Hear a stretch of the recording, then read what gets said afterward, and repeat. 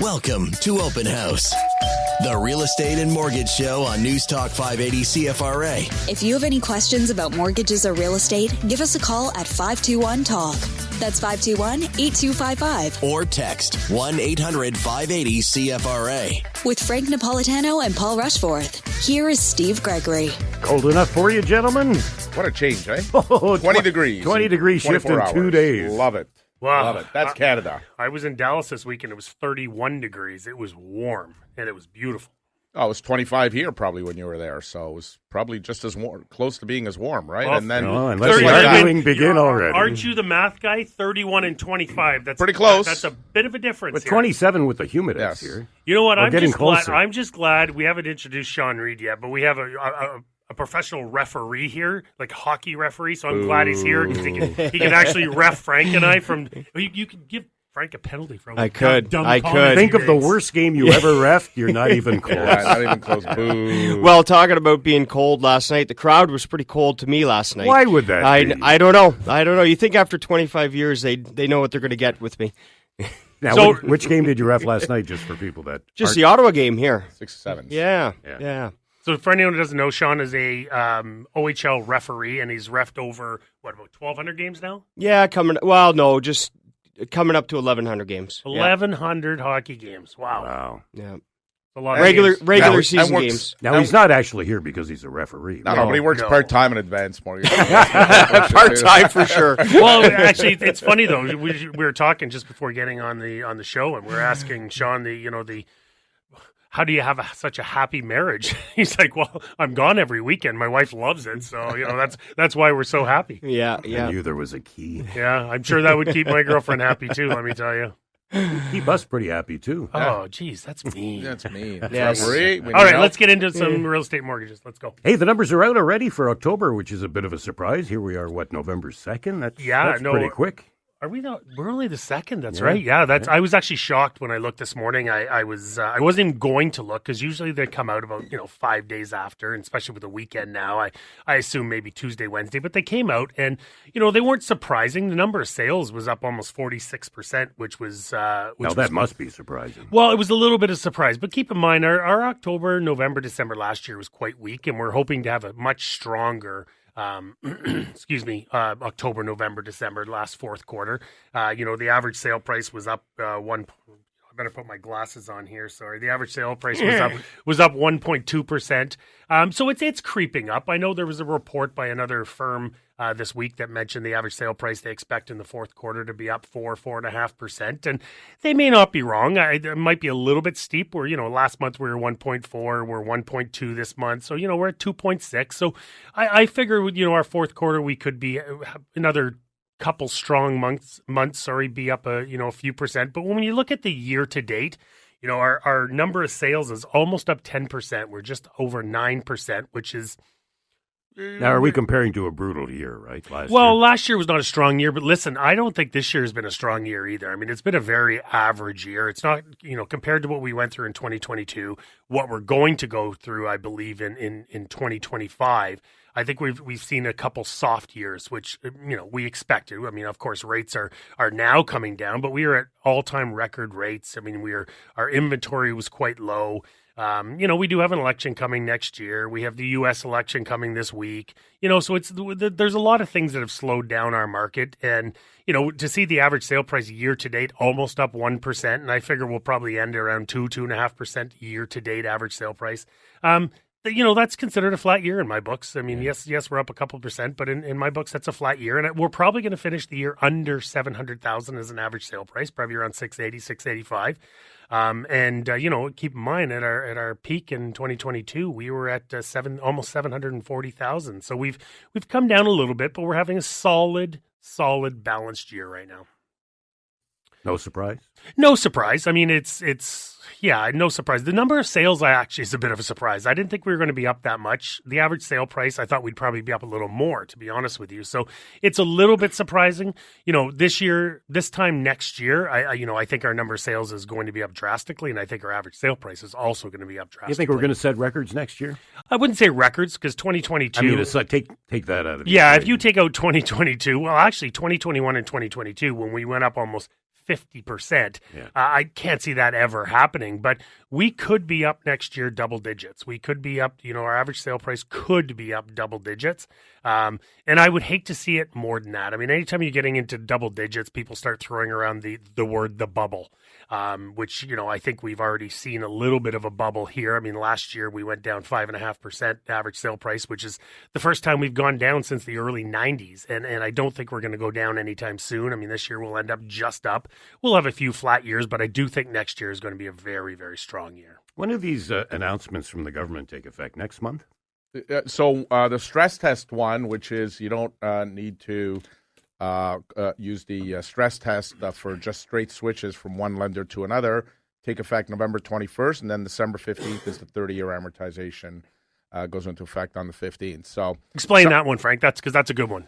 Well, the 30-year amortization is a good one. Again, you've got some people that say, well, that's crazy that we're letting young Canadians now have a mortgage for 30 years. And I keep saying 30 years is just a starting point. It doesn't mean you're going to take 30 years to pay off your mortgage. You can pay off your mortgage much quicker. All the 30-year does. But, Frank, these laws were put in when people were living to their 60s. 100%. It's like completely different Totally world. different now. People, I mean, there's statistic out there. If you make it to 70, like you've got a very, very high chance of making it to 85. I mean, again, if you look at those numbers, but at the end of the day, home ownership is home ownership, and it doesn't, I think I've come to terms with the fact that for most people, I don't mind having a conversation saying, just because you retire, you don't have to put that pressure on yourself to be mortgage free at retirement. If you've got a job with a pension, and then you're getting the government pensions, hopefully your mortgage is down enough that you can afford to stay in that home and pay, and then you can re-amortize it. So nobody can discriminate against age. So you can re-amortize it to 20, 25 years when you're 65 years old and bring your payment way down. That allows you to stay in your home if you wanted to. Then there's reverse mortgages out there. So there's a whole bunch of options out there for people to be able to stay in their homes. But taking a 30-year amortization, I think, is a wise move, considering the fact that we've got a stress test to qualify for, considering that the house prices have gone up as much as they are, and considering that interest rates are still a little elevated compared to where they're going to be maybe 6 months or a year from now. And Frank, the amortization is pretty much irrelevant, right? Because over that term of that 30 years, you are probably going to move 4, 5, 6 times in that time frame, and start over anyway. You're going to go up, and you're going to put more money into your mortgage. You're going to downsize. You're going to take money off your mortgage, and your job market is going to change too. You might get a more a richer job, or get paid more, and therefore you might put more money down on that. So, I mean, the amortization. Not only that, but if you're getting in sooner, the equity you're going to accumulate over those extra years is going to more than offset. Yeah, and I say this once every 3 months, Paul. You're right. Sorry, but what that was at the 11:14 and 36 seconds. Can we get that one, Greg, on camera? Once every 3 months. So expect the next one in 2025. Did you just say I'm right? So, Sorry, I'm right. Yes, you're right. Thank you, Frank. Appreciate that. But it does, because people... Referee. Referee. It used to be, right? It used to be you buy your first house. It's a townhouse. Generally, you live in it for 4, 5, 6, 7 years, build some equity. Then you go into a single home. Well, you don't stay. If you start at 25 years and now you're 7 years later, you don't go into a single home at 18 years. You go back to 25 because now you're buying a more expensive home. And if you buy that third home, you go into a smaller single home, and then you go into a bigger one. Well, now you might be 40 years old, and now you're going back into another 25-year mortgage. So let's not get caught up in the amortization, but the amortization is good. It's going to allow more young Canadians to qualify. It opens up the dream of home ownership that really a lot of young Canadians were closing the door on because they just couldn't afford to get into a house at the way house prices are and the interest rates being elevated the way they've been the last 2 years. But hopefully we'll see some relief in the interest rates. I want to caution everyone, if you're expecting fixed rates to come down quickly, that's not going to happen. Fixed rates will come down very, very gradually. What we're going to see come down is the prime rate. That's where we're expecting. And Sean and I were at a conference in Montreal. We had the TD economists talk. And again, everybody seems to be on the same page listening to lenders. The expectation is that prime rate will gradually drop, aggressively drop for the first few months of 2025 and then start to gradually drop heading into the latter part of 2025 to where we're going to get to a point where prime rate might be 3.95 at the bank or 4.2 at the bank. So if you're able to get a mortgage either at prime -1 or prime -0.5, you'll be in the threes. Fixed rates might not get into the threes until the spring, late summer, because we saw it yesterday. I mean, here's the U.S., who really controls what happens with the bond market, which controls fixed rates. U.S. consensus was 100,000 jobs. They get 12,000 jobs. So you expect the bond market to absolutely plummet. But because there's a election coming on Tuesday, the bond market actually goes the other way. It goes up 4 or 5 basis points because of the uncertainty of what's going to happen with the election. So, and then on top of that, they also issue a revision of the last 2 months job report in the U.S., which they stripped away 108,000 jobs. So when you see that news come out, you generally expect bond markets to come down, and here they went the other way. So that's why patience is going to be a virtue when it comes to fixed rates. Don't expect fixed rates to come down as quickly, but they will come down. It's just not going to happen probably till the spring, summer of 2025. And listen, because my coaching program is mainly American, I get to get a lot of American news, and they are probably a little bit more bullish and a little bit more optimistic on Q4 of 2024 and 2025 than we are right now. Well, they are predicting the bond market there has gone up. Yes, so. but they're predicting that, and actually their stats are very similar. I've always said that between our first-time home buyers and our investors, that makes up close to about 50% of our market. And they had a stat that came up that it's 47% of their market is first-time home buyers coupled with investors, and they believe they're coming back in full force, kind of like I think we are too. We're trickling right now, but I think by the time we're 2, 3, 4 months down the road, I think we're going to see first-time home buyers and investors coming strongly back into the market. But interest rates got to come down, especially in the U.S., because the 10-year bond market in the U.S. has actually gone up 60 basis points in the last month and a half, and that is going in the wrong direction. When do you think the variable and 5-year fixed will be the same? I think we're probably January sometime. That fast? January 29th, by the January 29th rate announcement, the likelihood is very high that you'll be able to get a variable or adjustable rate mortgage that's very similar to the 5-year mortgage rate. So. January 20th, that'll probably be the next time you buy breakfast too. So I don't know. I'm drinking water. Anyways. 521-TALK, 521-8255. Most of us will be right back. We return to Open House, the real estate and mortgage show on News Talk 580 CFRA. Welcome back to the show. Char's been waiting on the phone. We are ready for you, Char. Boy, that's scary, isn't it? Yes. Good morning. Morning. Thanks for taking my call. My question, my mom passed away recently, and she had just moved into a condo, actually 3 months into her condo. So my question is going to be, do the banks usually charge a penalty to cancel a mortgage when there is a death? They do, unfortunately. Darn, okay. Yeah. Serious. Did she take a fixed rate mortgage? She did have a fixed rate mortgage, so I don't even know. Maybe the mortgage that we could get is going to be better. I think her rate was 4.99. I'm guessing. Yeah. So I think in the first 6 months, you're likely only going to pay the 3 months interest because you need to surpass the 6 month period to get to the next level, which is comparing it to a 4 years. So she's only had it for 3 months. If you can settle the mortgage before the 6 month term, then your penalty should just be the 3 months interest. But the banks, Right. it's banks, still enough. The banks are not going to do anyone any favors, are they? Well, No. Again, you can have a conversation with them based on the circumstances. They might be able to make an exception and make sure that it's just a 3 months interest. But again, if you really do it inside that 6 month period, it's only going to be the 3 months interest anyway. Would they ever go below that 3 months, Frank? No, not likely. Again, it doesn't hurt to ask. I always say does not hurt to ask. The worst that's going to happen is they're going to say no. Okay, and is the interest rate charged based on the amount that's still owing? Yeah, so if you had money aside, what I would also recommend, if you want to minimize the penalty a little bit, if you had some money on the side, what you can do is take advantage of the prepayment privilege that's available on that mortgage, pay it down, and then get the penalty calculation at that point. It'll save you a few $100 probably. Okay, yeah, like the amount that she owed was only 135. Yeah, so if she borrowed 135, which bank's it with? RBC. RBC's 10%, I think, so you'd be able to put down $13,500 and then get the penalty based on the reduced amount. But I don't, if you did the math on it, probably a couple of $100, so it's not significant. Yeah, no, that's not okay. And then the other thing is going to be determining whether the benefit to selling and taking out a mortgage in like my sister and I's name or to rent it, right? Now, is there somewhere I can...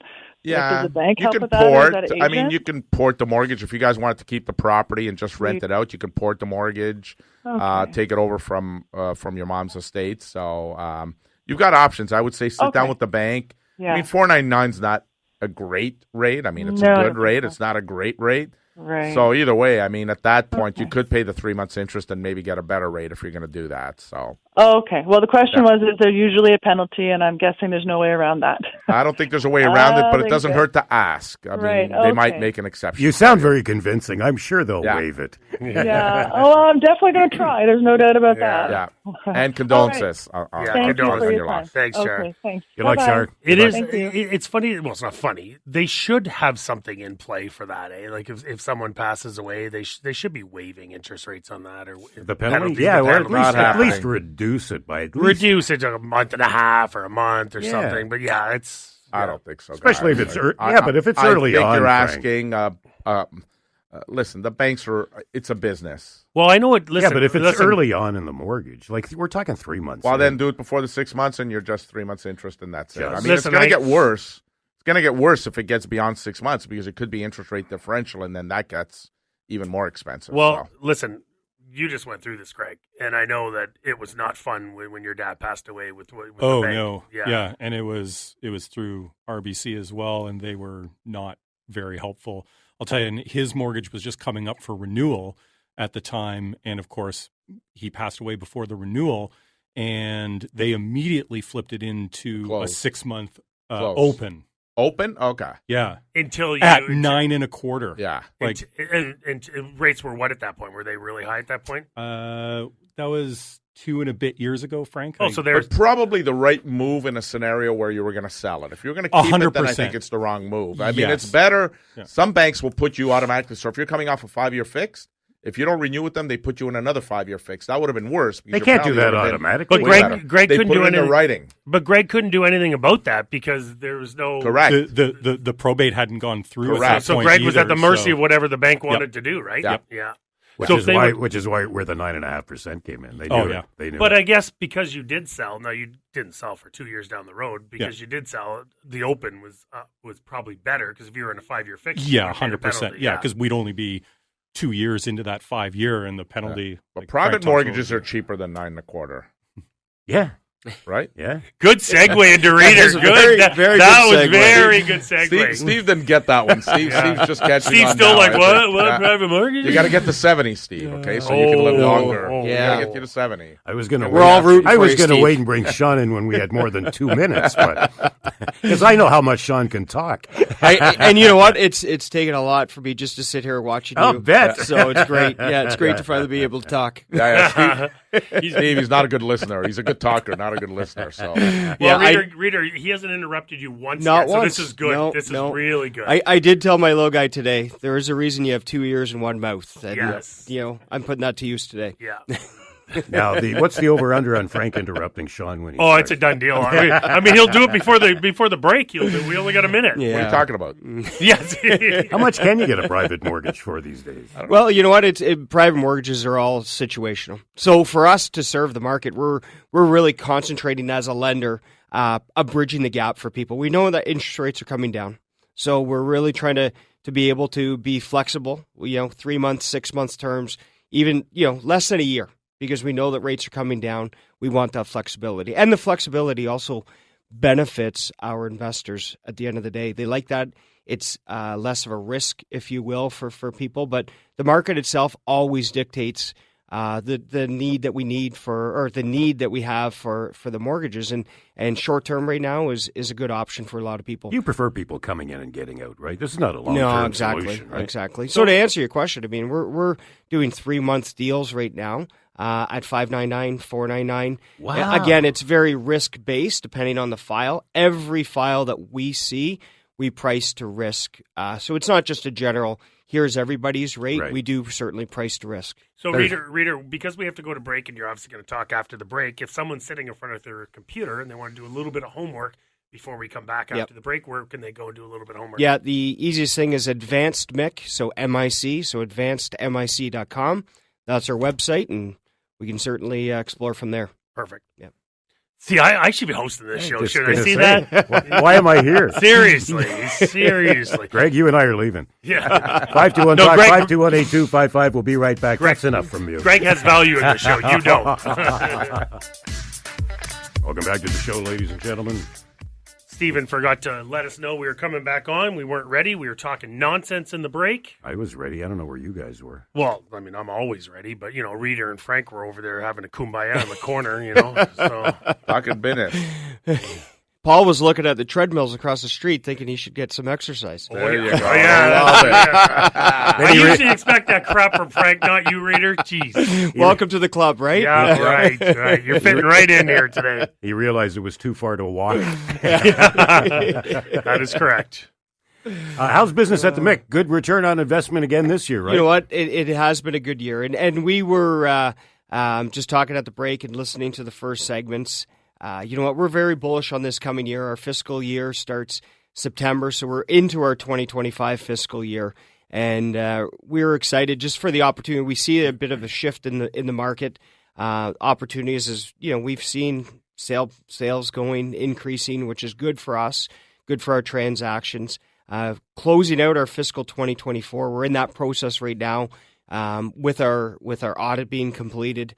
And we're just, over 8% return, which we feel is in a market last year that was, slow, a little sluggish for everybody. We did not jeopardize our risk portfolio. How do you maintain your consistency through all the fluctuations in the market? The return has always been steady. Steady. It's just our experience and our underwriting. But when we look at deals. Will that change, though, this year with rates coming down? Because there's always those pressures. Because you said you're doing deals at 4.99. What? You might want to speak into the microphone. Oh, can you not hear me? Yeah, just turn. Oh, no, you sound great. Sound good. Yeah. No, really? But it's a great point. Yes, but you also have to think too as the mortgages they turn over at times. There we go. We got things set up. They certainly do turn over, but it does take time. So in this environment that rates are coming down, our portfolio will benefit because it takes time to churn over those mortgages. On the reverse, the last year or two, as mortgage rates were going up, we had cheaper mortgages, if you will, on the books, and it took time, for those rates to catch up to the marketplace. So on the way up, it was a challenge. Now on the way down, our portfolio will benefit that way. And yet your returns have been consistent. It is consistent. It's consistent. But again, all of that comes back to that pricing to risk on every file that we do. That comes with the experience of our team. Our underwriting team does an excellent job of knowing the risks of every file that we see just through the experience.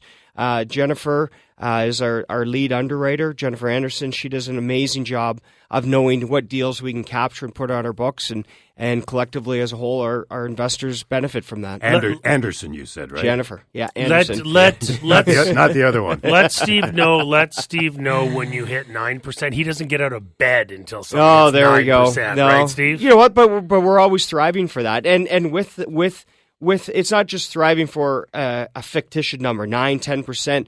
We have true conversations with every investor and realistic conversations that are expected return. If we can be at 8.25, that's a good, comparable to a fixed income product out there. And that's really what we compete with in the marketplace is a fixed income product. And I think maybe the myth out there is that you deal with all these risky, crazy credit, terrible people with jobs, but you're dealing with some people who have just gone through some hard luck. Yeah, I wouldn't even say hard luck. It's situational because we always say we're not a lender of last resort whenever a file comes in from a broker.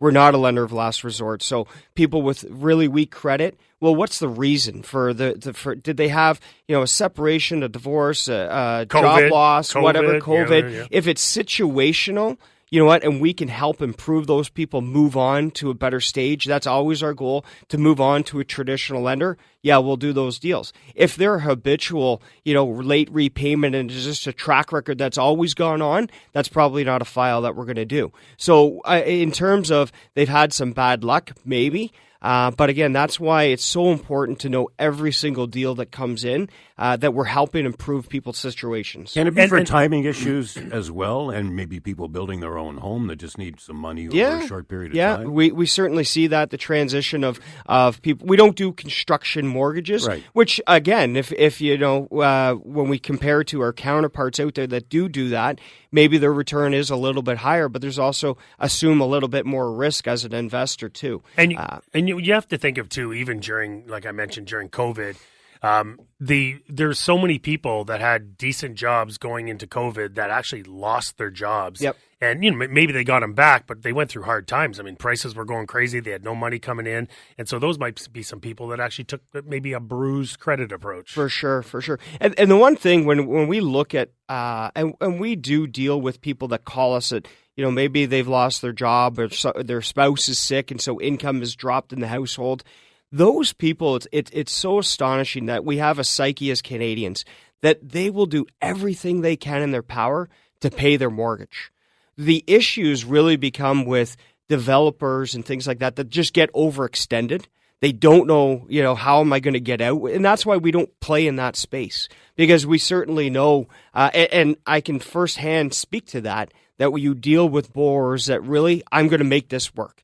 And we don't hear from those folks. And maybe they are a little bit late on the first of their payment, but by the third or the fourth, they've made it work. They've done that, and they're communicating with you. You don't get that when you get into those riskier development projects that people they know the rules, they know the laws, they throw their hands up, and then now you as a lender have to deal with that. Yeah, that's why we don't play in that space. You got to see a way out, right? Yeah, for sure. And that's the first question we always ask our brokers as underwriters is, what's your exit strategy? Because what's your vision for your client to help them? Because that's all we want to do. We want to certainly help those individuals move on to traditional lending. We know that there's always a breaking point of paying higher rates. Again, we price to risk. So yeah, sometimes we do deals at 8, 9, 10% because the risk is a little bit higher, if you will. The term might be a little bit longer, but we want to know what that exit strategy is to help people. We don't want people sticking around because it's not helping them. Yeah. Yeah. It's a Band-Aid for the short exactly. period of time. That's what we look at. What's the average term right now for most people? Our portfolio, less than that, 7 months. Wow. 7 months is our, and again, that's situational. We're seeing a lot of uptick, if you will, from brokers that are looking for that 6 month gap, knowing that, okay, the market's going to improve to sell my house, maybe list it in that February, March timeline. We provide open terms in those 3-6 month terms for people, so they can just pay us out. Even our 1 year terms, they're open with 30 days notice. So again, lots of flexibility when it comes to private lending and our private lending, and we really know that that's helping the marketplace and helping people just bridge that gap. Now, if you're an investor, it's not just going into one particular mortgage, right? No, it's not. That minimizes the risk as a whole. So we spread out. Everyone's pool, investors' capital is pooled, and then we lend it out. Our underwriting team, obviously makes the decisions, and we have a lending committee, which myself and Jennifer and Mike sit on, and we actually make the decision on every deal that we do. So we're doing that collectively as a group. But no, the investors are not saying, I'm going to put my $100,000 on this mortgage. They're putting their $100,000 into a pool of mortgages, which is or a pool of funds, which is now just, around $80 million. If you're more of a gambler, can you invest solely in higher risk mortgages? No, not with us. You can do that out in the marketplace for sure, but not with us. Yeah. So this isn't a stock, really. I mean, you're not going to see the crazy valuations up and down.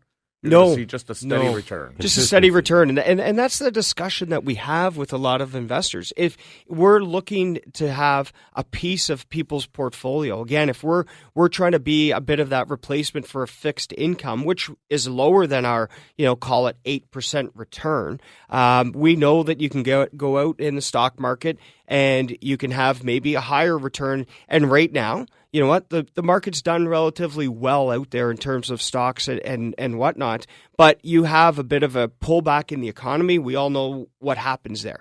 We look at consistency in our return for our investors. We're not trying to time the market and play the market. As we all know, we shouldn't when it even comes to investing in individual stocks. Unfortunately, people do that. Right? They invest at the wrong time. They invest, this stock is doing really well, or the American economy is doing well, so I'm going to put my money into American stocks. But they've missed the boat on that. And then the old adage of buy low and sell high. Well, if you've already put in because the market's doing well, you've missed that boat when the market is low. So we take all of that out. We look at consistency, our return. We pay an annualized 6% return or 6% dividend, if you will, monthly to our investors, which they can receive as a drip, so they're reinvesting every month, or they can receive that in cash as well.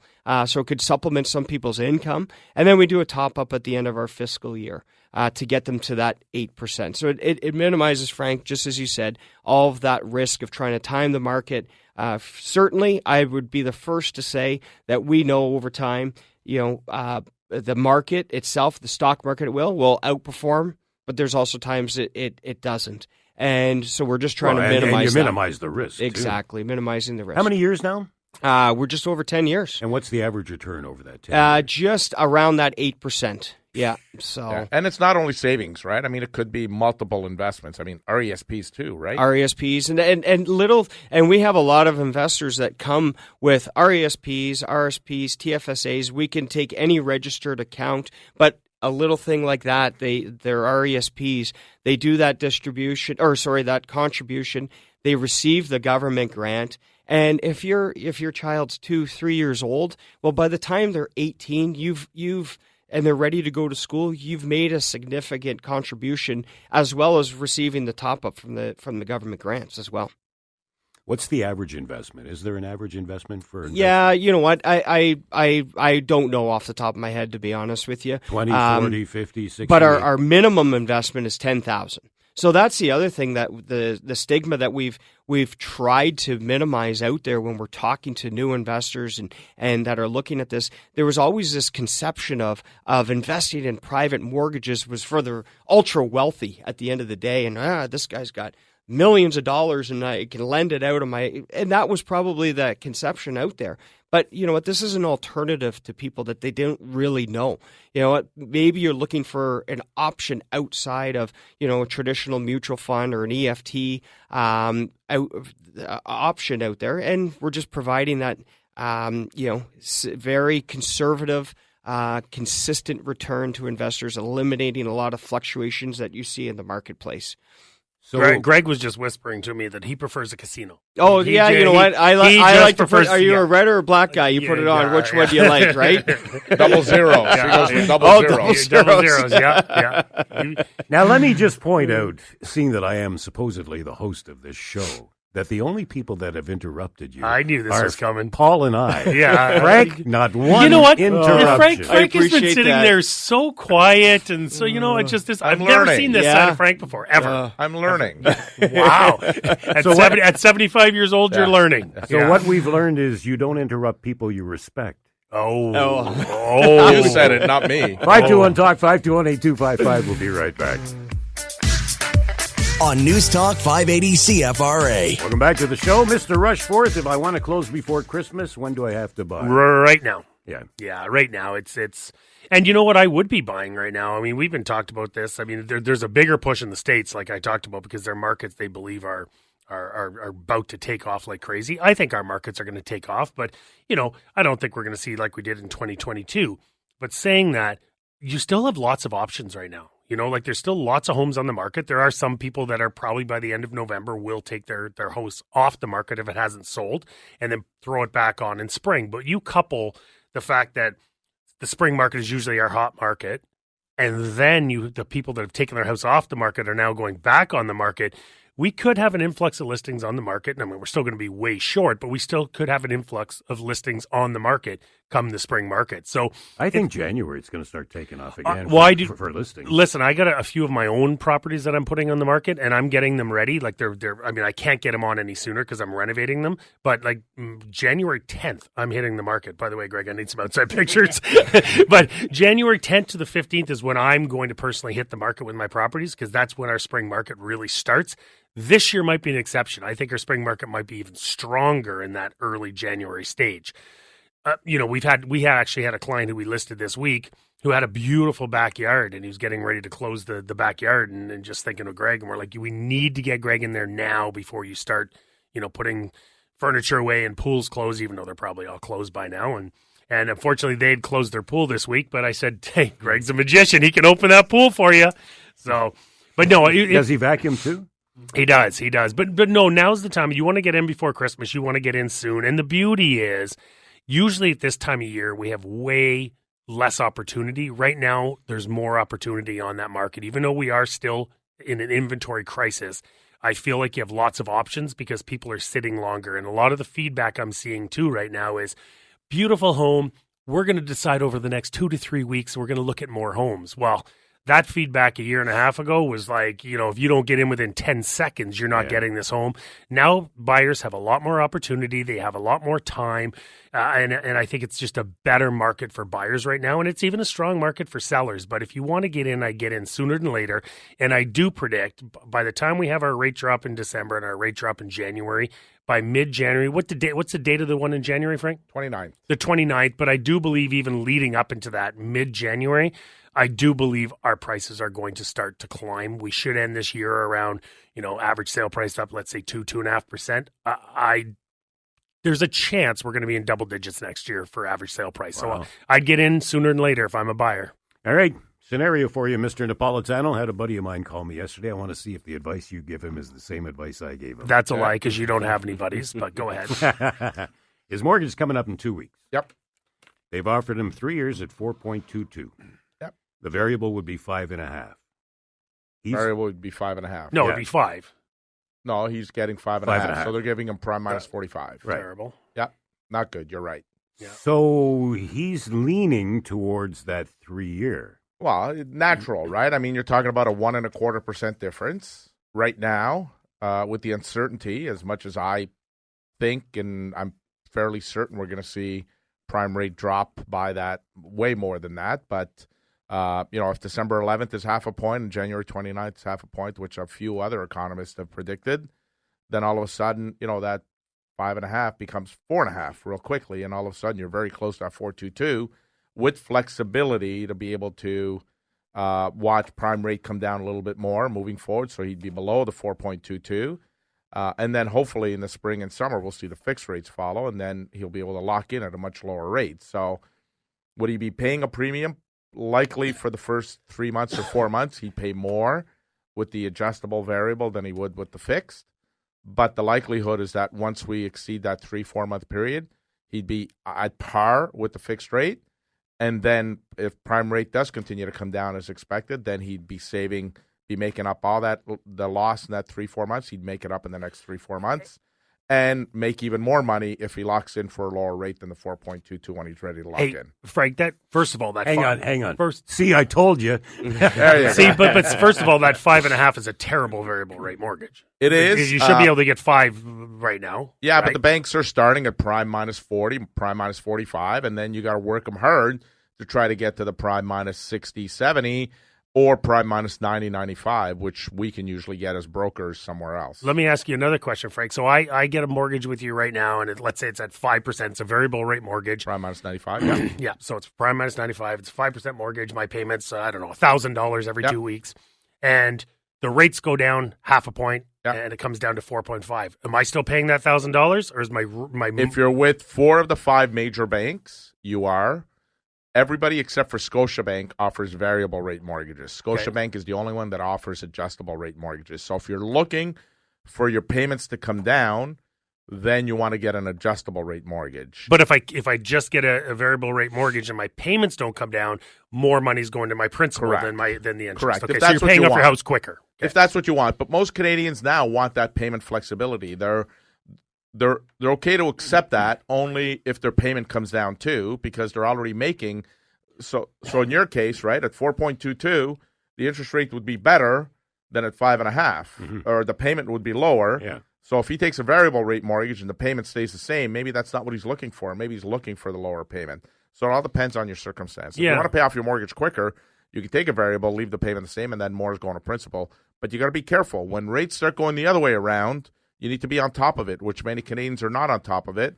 That's why, I think there's going to be a lot of Canadians that are going to be disappointed when they get the renewal statements in 2025 and 2026 with those 4 major banks, and their amortization's gone up by 10, 15, 20, 25 years on their mortgage because they didn't understand what they were taking. What amortizations will they be seeing? 40 They could years? see 40, 50 45. I had a client that had a 60-year amortization, started off at 25. Ended up with a 60-year amortization. Over the course of 5 years. And they had no idea, they just didn't know. They didn't understand. Nobody explained it to them. Wow. So All right, Sean, how do we get a hold of you? Yeah, it's 613-274-0055, or people can even just email me. Sean R, so spelled S-E-A-N, the correct way. Sean R at advancedgroup.ca. And the website? Advancedmic.com, M-I-C. Yep. Birthdays, Franco? Actually, I've got a couple of births. How's that? Andrew Hill from our office marketing had a beautiful baby boy, 7 pounds, 2 ounces on Wednesday. So congratulations, Andrew. And my good friends Joe and Maria Ranieri, their son Marco and Rhea had a 9-pound baby, Alana. So those are keepers. You don't throw those back. And then Sean and I look forward to welcoming Mortgage Brokers Auto's got their top 20 dinner coming up this week. And we get to host them on a Tuesday night. So we're looking forward to a good night and celebrating some of the best mortgage agents, not only in the city, but in the country. Nice. You're feverishly looking for something. Well, no, I was actually looking for a couple of birthdays, and I realized one of my agents was calling me. I feel like my agent forgets sometimes that I'm on the radio. Your birthday's not for 2 weeks. 2 weeks? My birthday month already. Oh, it's your birthday month. Yeah, do we have to do it every week? Yes. Frank's birthday's For coming November. up. Yeah, Okay, for the month of November. What do we get Frank this year? a hip replacement. No, I'm good on that front. I'm good on that front. Ozempic would be good. Oh, maybe. Ozempic. I just asked. Now, just before we go, at your age now, with going back an hour tonight, is this going to affect how many times you have to get up? And Well, you've done it, 6 or 7 times? You've done it 6 or 7 times before this age. But Reader and I and Greg, we're quite young. We don't need to have that problem. You are, so, Have a good week, everybody. Have a good week. Support local business and charities, everyone.